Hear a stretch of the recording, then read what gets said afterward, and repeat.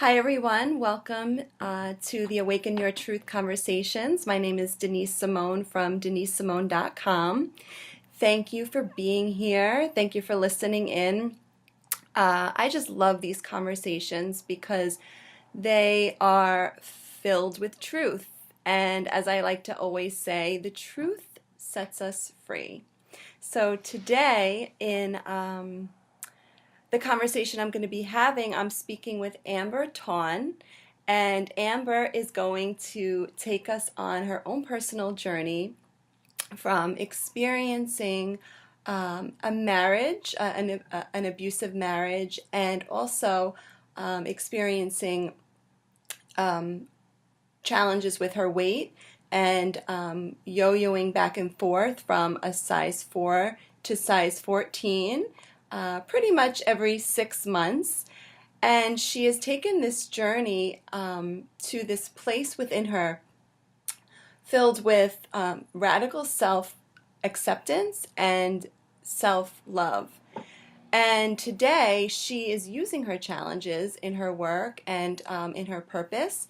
And just to let you know a little bit about her, she is a board certified holistic health coach, a certified transformational coach. She is also a master yoga instructor, as well as an integrative coach in breakthrough shadow coaching. So, welcome, Amber. I'm so excited to have you here. I'm so excited to be here. Thank you, Denise. You're welcome. So, I want to get started with you taking us back to the days when you were really struggling, taking us back when you started to have these moments of what the heck is going on, those big questions we start to ask ourselves when we can clearly see that life is just not working for us. Yeah. Tell us So, about that. absolutely. So, I'm going to make a quick connection to my childhood here. I Mm-hmm. grew up with a mother who is alcoholic and anorexic and bipolar. And I lived with her up until age 12. Until basically what happened was she beat me until I was unconscious.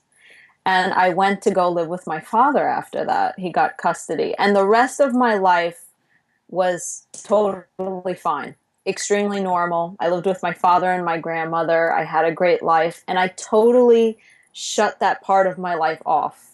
And I didn't deal with it. I actually had no contact with my mother for 17 years of my choice. And I was like, everything's fine. Everything's good.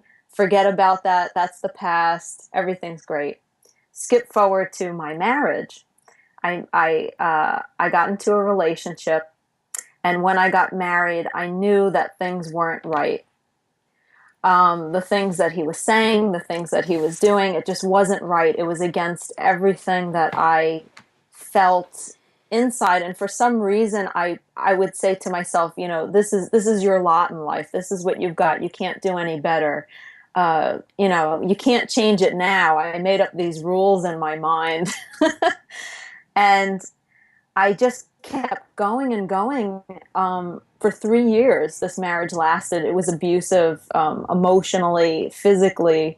And at some point, it was something that he said that it was like I almost like hit myself into a brick wall. And I realized, I said, this feeling is really familiar. And I realized I had attracted and married my mother.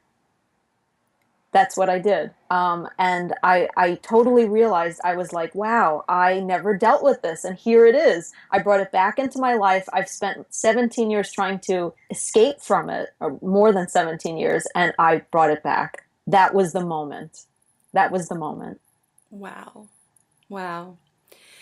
Yeah. So, talk to us more about this. I like how you use the word attract. You attracted it back into your life.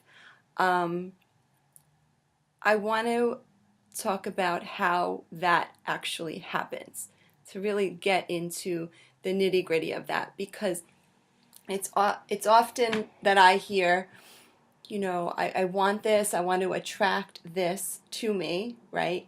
But what I think a lot of confusion is around that one of my strongest passions is to kind of clear up here is that we do not attract what we desire or want. We attract who we are being, and we attract the unhealed triggers within us, the unhealed wounds, I should say, within us. So tell me how that, if you can, in your words and from your experience, how that actually happens. For me, it's a very subconscious thing. Mm-hmm. The way that I understand it is that as a young child, the things that I experienced up until somewhere around the age of 8 or 9, I actually, in school, I studied linguistics. I have a degree in linguistics, so they call this, um, it's interesting, in language, the critical period that happens where you take all of the language that you've learned and it kind of gets hardwired into your brain around the ages of 8, 9, 10, somewhere there. And uh, as you know, I did breakthrough shadow coaching, and Debbie Ford talks about this also when she talks about the shadow or the things that we develop, those underlying commitments that we develop early on. So it's like I saw what was around me. I made whatever was happening around me mean something about myself subconsciously, and those became like encoded in my subconscious. And for the rest of my life, I was subconsciously running on these rules and regulations like a software. So, Yes. although I wasn't consciously saying I want to attract a relationship that's abusive, it's what my subconscious knew was survivable. So it attracted it. It's all it knew on that program. So it's like we know how to survive this. So this is what we know how to attract. So if that makes sense, that's the best way that I can describe it. Yeah, and would you say, for me, the word is comfort. It's comfortable, Yep. right? It's, Yep. It's survivable. It's comfortable. This is what it is. This is what you can do. mm-hmm, yes. So, was that the moment when you had this aha with your husband? Um, was that the moment where you knew you needed outside help and support? Absolutely. Yeah. I kind of like fell on my knees. I remember, and I actually prayed for a teacher. That's what I remember. I finally got him out of the house. I had started the process, and there I was. I said, "Okay, I I I got him out of my house. We're separated. Now what? Who am I?" That's what I was left with. Isn't that a After, great question? yeah, who am I? Yeah. I forgot. Mm-hmm. Like I don't remember. Yeah. I need someone to help me. I'm totally lost. It Mm. was that feeling. Who am I? And I prayed for a teacher. I got down on my knees, and I honestly, I said, please, universe, I need help. Please, please direct me. I need help. I'm lost. And I bet your prayer was answered. And it was. Of It, course. it was answered. Of course. And that also brings me to a point where, there's a lot of talk about, praying for what we want. And I really do think we get what we need, not what we want, right? We get what we need the most for our evolutionary growth. So let's connect that to your challenges with weight.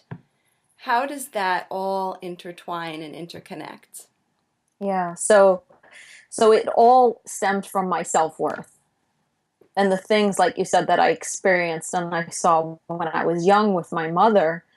I That was my relationship to food. I saw my mother never eat food. My mother was very, very, very thin, always. I never saw my mother overweight, and she would constantly make comments about other women. Like she would say, yeah, I remember being in kindergarten and she took me to my class and she said, "Aren't you glad I don't look like all of those fat mothers over there? Like they're all fat pigs." And I looked at my body and, I had a round stomach and I would look at my mother's body and she was super thin. And I remember just thinking, I guess that means I'm a fat pig. And I just remember thinking that. And so it all stems from self-worth, that I was less than. So I think that, as I'll add in, Debbie Ford always says, what you do in one, who you are in one area of your life is who you are in all areas of your life. And I think that that's so true, because with my weight and the self-worth, I would restrict, use my body as a reason to beat myself up. Like, it's not right. I'm not right. And then I would restrict until I couldn't restrict anymore and I'd binge. So I'd go through periods of I'd get super thin really fast and then gain tons of weight, get super thin. And it was just this constant battle with myself. And it was all stemming from self-worth. And that's the same reason why I attracted in that relationship, because I felt that that's what I was worth. Yeah. Because we think that once we get to this place, then we will be enough, right? So we'll actually reach the destination, but the truth is still sitting inside of us, or I should say, the illusion is still sitting inside of us. And it's all stems down to the feeling. So we can look thin or fat, and we could have the man or not, or the wrong man or the right man. It doesn't really matter. But within us is that lack of that feeling, that disconnection. I Would want you to agree add with something that? to that. Absolutely. You brought up a really good point. There's actually a picture of me in my website that I think you saw, and I show myself a size 4, I and I love that. show myself a Hmm. size 14. And I remember being in that picture, and my brother actually, he got a photographer for my birthday to take pictures of me. And I remember being like really upset because I felt so fat in that picture. Hmm. It didn't matter if I was a size 4. I felt fat. And if you see the picture, my waist is like this big. Like, I couldn't have been thinner. Yeah. And it's all in the mind. Absolutely. It didn't matter what weight I was. I Yeah. felt the same. Yes. Yeah. So, you bring up your mom a lot, and I want to go there for a bit because there can be a phase in our journey where we blame, or maybe before the awakening starts to happen, or even throughout. It's all over the place, this issue of blame. Um, was that ever a real thing for you, where you blamed her, or did you, when you had that aha? Because I believe everybody's journey is different, and we have all different experiences with blame. But for you personally, it's interesting to know if you ever pointed the finger at her, or if when you had that aha moment with your husband that you automatically knew that you were the one responsible, or was it both? It was both. I knew in that moment when I remember he said something and it just clicked. I went, "Oh my goodness, I'm in the exact same place." I knew that I had brought myself there Mm. because it was something that I was ignoring. I knew it wasn't feeling right in the beginning, but I kept going. That I brought on myself. But I did go through periods of blaming my mother, and I did a lot of work around this. I went through periods of just thinking of everything through my life and being, it wouldn't have been this way if my mother wasn't like that. It wouldn't have been this way if my mother had been this way or that way. And that was a big part of my healing, to be able to realize that my mother is exactly as she should be. Me wanting her to be any different is the source of my pain. Yes, absolutely. Perfect. Yeah. Absolutely. And it doesn't mean that I agree with physical abuse, and it doesn't mean that I say that that's okay. It's just me, I found a moment where I truly felt compassion for her. And when I look back on her life, and the things that she had been through, if I had ever been through half that stuff, I could be exactly the same as, we know like every quality that we that's in the world, we have the potential to express within ourselves. And knowing that really helped me heal that. Yeah. Yeah. You know, okay. I'm trying to, you just said so many big nuggets right there.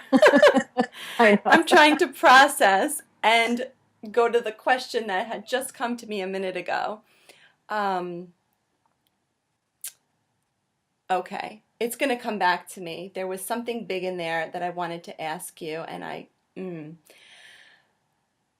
Okay, yes, the source of our pain. Yes, okay, resistance. So you had said that you needing your mother to be any other way than she was actually the source of your pain. That's brilliant. It's that old saying, what we resist persists. So if we resist needing others around us to be different, we miss the lesson. Do you agree with that? Absolutely. Absolutely. Yeah. Yes. So in your mom being who she was, would you say she was one of your greatest teachers? Absolutely. My number one greatest teacher. Mm, And yeah. that brings tears to my eyes. Yeah, she is. She's my number one greatest teacher.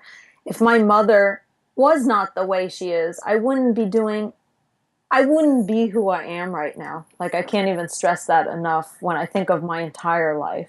And I wouldn't change anything for anything. Yeah. Yes. Um, Tell me about the role that forgiveness has played in your life, or if it even has. Is it a, is t Talk to me about how or if that has impacted you. Absolutely.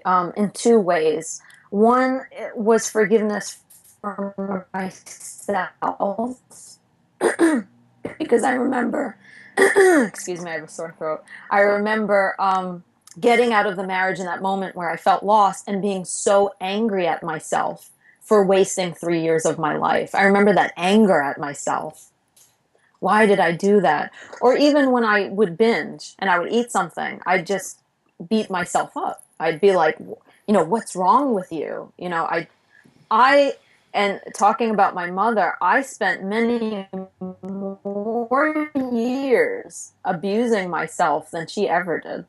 That's something, that's something also that I had to realize and then forgive myself for. And if I could forgive myself, I could forgive her. So it was twofold. It was forgiveness of myself, and then it was forgiveness to her. Yeah. Yeah. So Okay. absolutely, I couldn't have gotten past or healed if I didn't have forgiveness. Yeah. And talk to me a little bit about gratitude because I'm really big on the idea of being grateful for everything, not just the good stuff, not just the stuff that looks all shiny and pretty, but really having gratitude for. I really think true gratitude is being grateful for our challenges and our struggles because that's our doorway to growth. So, did you find a lot of resistance around that initially, or was that something that tell me about your relationship with gratitude and how that's helped you? Yeah. Before I really had that moment where I kind of like stopped. I spent many years of my life being ungrateful for a lot of things. Um, it's amazing. Like, even I lived in India for a while, and even going there, I realized how I didn't realize what I had, even in the how I'm able to make my food every day. and how it's so easy for me and how I could just go to the store or do this. And I was really able to see how hard people work, just day to day little things. So I learned a lot about gratitude just in little everyday things in my life, but also for every, like you said, every single moment, the things that I thought, like, why was my life that way, or why did I have that in my life, became my greatest teachers. Like you Yeah. said, my mother, my ex-husband, all my greatest teachers. Yeah. Yeah. Absolutely. Tell me about getting support when it comes to this kind of thing. Why is it so important for us to need outside support? Yeah, thank you for that question. That's extremely important because there were a lot of things that I, because I was in the emotion, that I couldn't see. I needed someone on the outside who was objective and who would also hold me in my highest to kind of reflect back on me so that I could have all these amazing insights. I had a few on my own, but it took a lot of work with great coaches and mentors to have all the rest of my insights. I couldn't have gotten as far without it. So that's the thing. I believe that you really need someone to reflect back to you Non-judgmentally. non-judgmentally and to hold you in your highest, because when you're in that moment, you can get sucked down into the story or the emotion. Yeah, because it works that way just as much as it works the other way, right? We our Absolutely. woundedness was born because we were being shown one type of mirror, and it can be healed when we're shown another. So, Absolutely. yeah, so I just love that. And, I bring up the support thing because I just feel that that is oftentimes the, the, I guess that it's a hesitation for many people. It's almost like this, like I can almost hear it in so many people's minds that it's just something I can do on my own. I can get through this. I think a Right. lot of people live with that I'll tackle it on my own.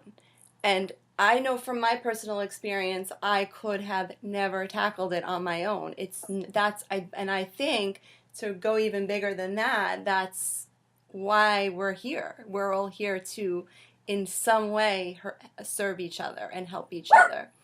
And as we get our help, it's our responsibility to go out and pay it forward. So I'm just really big on that. So thank you for sharing that.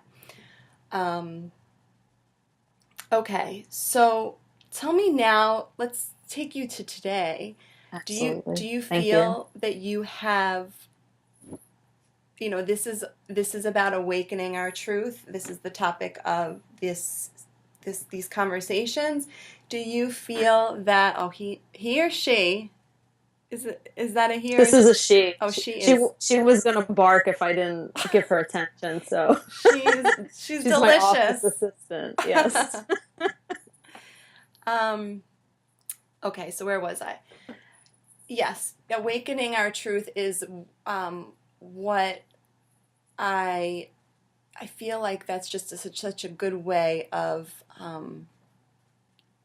kind of summarizing what the intention here is, because it's really on so many levels. The truth of our struggles, the truth of who we really are at our core, and the truth of why we're here. I mean, there's so many, you know, facets of truth. So would you say today you are living in your fullest, in your truth as you see it and feel it today? I would definitely say I'm living in my truth. There are always so many more layers, Mm-hmm. and the fact that I'm the the the fact that I've accepted to look at and to live my truth, like for example through what I do, it means looking at myself every single day. So as I'm on that path, I always find like new levels, uh new resistance around certain things. So there's always deeper levels. Yeah. Yeah, because would you say that the So more, I'm definitely on my truth. I wouldn't say no, I'm not 100% enlightened. Far from that. right. But yes. Were you able to hear that, or did I cut in and out? You're breaking up just a little bit, but I'm getting it. Oh, Um, okay. yeah, I'm getting you. It's freezing up a little bit, but it's okay.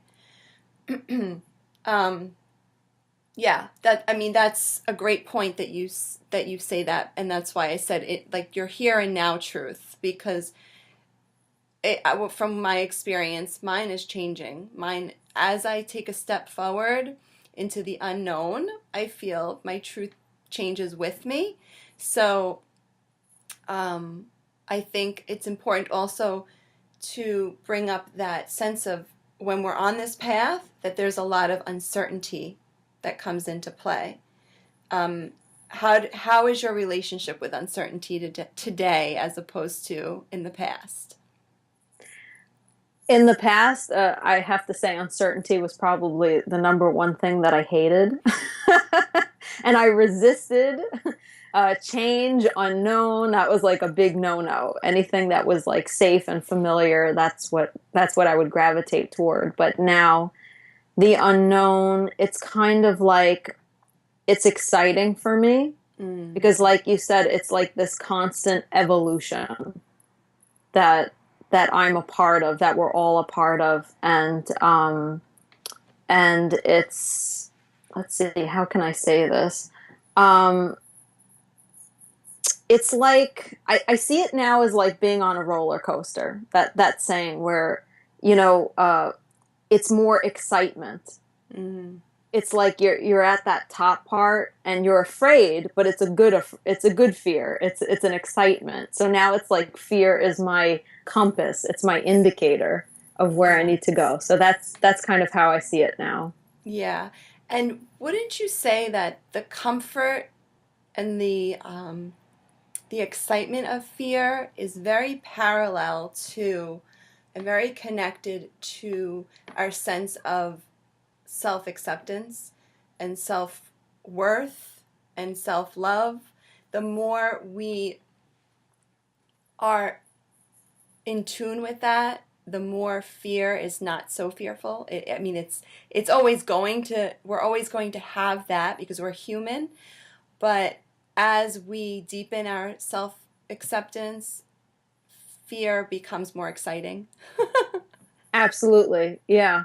Absolutely. Because it's like before I wasn't safe in myself. Yes. Uh huh. So I didn't feel safe anywhere. Right. But now that I feel safe in myself and I know that no matter what, I can, I'm safe, really. When I look back on my life, no matter what, I've always, I could always make it happen, whatever it is that needed to happen. So once I became secure in myself, I feel safe in the face of the unknown. Not totally 100%. I'm always working on that, but I feel I embrace it rather than running away from it and hiding. Right. And wouldn't you say from there, it's easier to follow our intuition? It's easier to make choices that we know are going to serve us rather than um, make choices that are going to sabotage us. Absolutely. Yeah. I can hear that voice clearer now. Yeah. Oh, yeah. Yeah. Awesome. I love this. Thank you. Thank you for sharing Thank it. you. Thank you for sharing your story. I really am just so grateful. Is there anything you want to share Thank you. before So we close up? Any nuggets of wisdom? Anything that you feel is important that I didn't cover? I think you covered everything. I would just say that, to the people that are listening that are going through transformation or at that point, just know that you're not alone, that your pain is ultimately your power. Oh, I And, love it. I love that. Mm-hmm. and, and that, it's there for a reason, and just take the time to, get help, like you said, get help so you can begin to understand the wisdom behind that and really move forward and make that pain your power. Yeah, which brings me to one more question about pain because this is so important. The idea of emotional truth and being present with our pain as opposed to numbing it and running away from it. Just quickly, what is your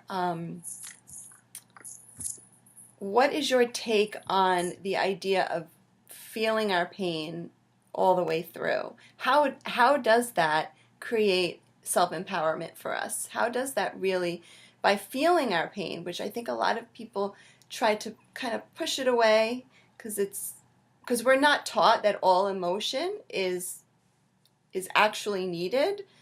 All of our emotions have a message for us.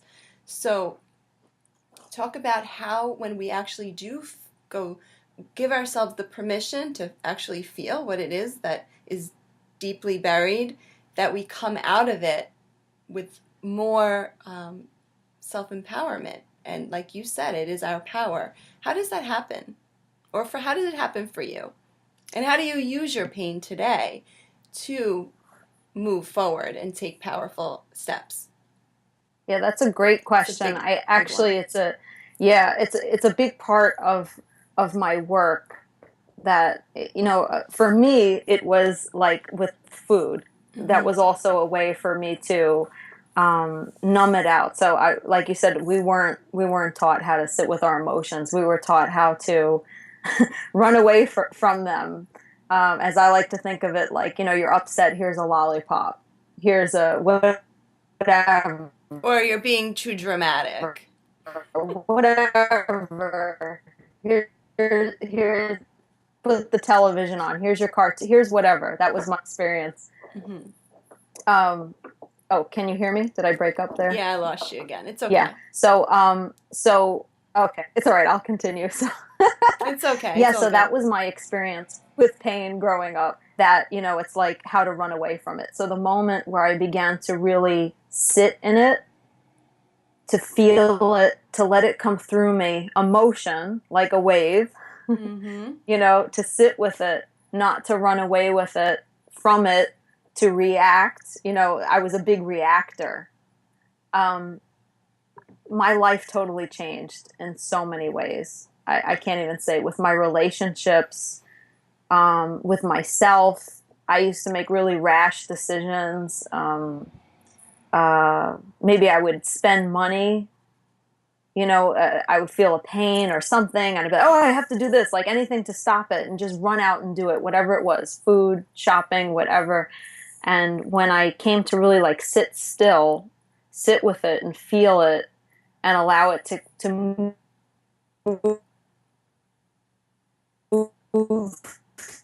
through me, that I was able to get the wisdom, and I do that.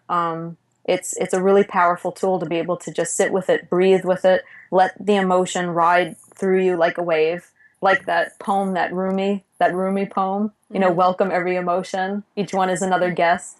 It's really true. So Yes. that's, I would say, breathe through it. That's what I do. That's my experience. Breathe through it. Let it happen. Experience it, and wait for it to pass, because it will. It will, and then Correct. see the wisdom then. Yeah. Beautiful. Beautiful. Thank you so much, Denise. This Yeah. is this has You. been a pleasure. This was an amazing conversation. Yeah. Yeah. So important. So crucial. So, if you would like to know more about Amber and all of her goodies, you can hop on over to bodywisewoman.com and connect with her there. Yes. So, Body wise women. body, Plural. oh, did I not say bodywisewoman.com, Yeah. right? Okay. So, thank you so much. Thank you. You're Thank you, welcome. Denise. You have a great day. You too. Have a beautiful day.